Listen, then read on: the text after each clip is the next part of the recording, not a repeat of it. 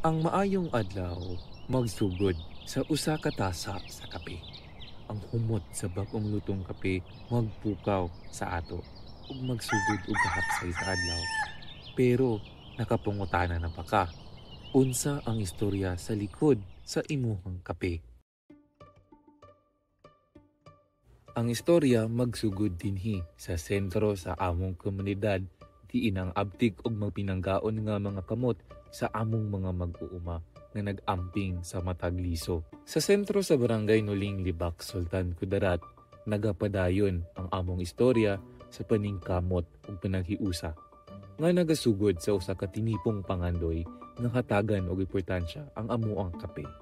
Pinaagi sa among kadasig, among gihimo kini nga dalan nga nagasumpay sa among tinanom na mga kape padulong sa mga tasa sa lagyong dapit. Kami ang Nuling Coffee Growers Association, usa ka organisasyon nga puno sa istorya sa pagbangon ug pag-uswag. Kami narehistro sa Department of Labor and Employment ni atong 2021.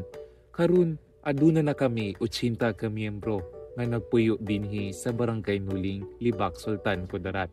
Gikan sa mga kalamidad sama sa bagyo ug landslides, naapektuhan pag-ayo ang among mga tanom nga kape. Kinahanglan namo magsugod ug usap.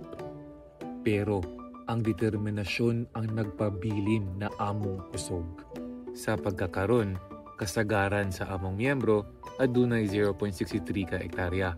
Sa sulod sa isa ka hektarya, makaani kami og 74 kilos nga kape nga mabaligya namo og 108.9 pesos kada kilo.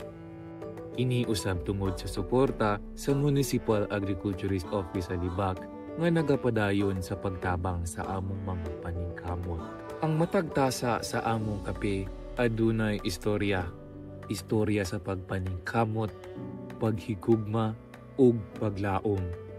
Kini ang bunga sa panaghiusa ug kasing-kasing sa among komunidad nga nagsaad nga kada kape na imong ginainom gikan sa amua aduna kini kalidad ug pasalamat.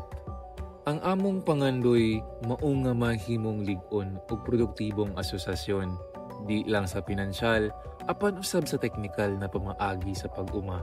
Pinaagi sa panaghiusa ug kooperasyon, ginapakita namo nga bisan unsa pa man ang kalisod, ang kape dili lang usa ka produkto.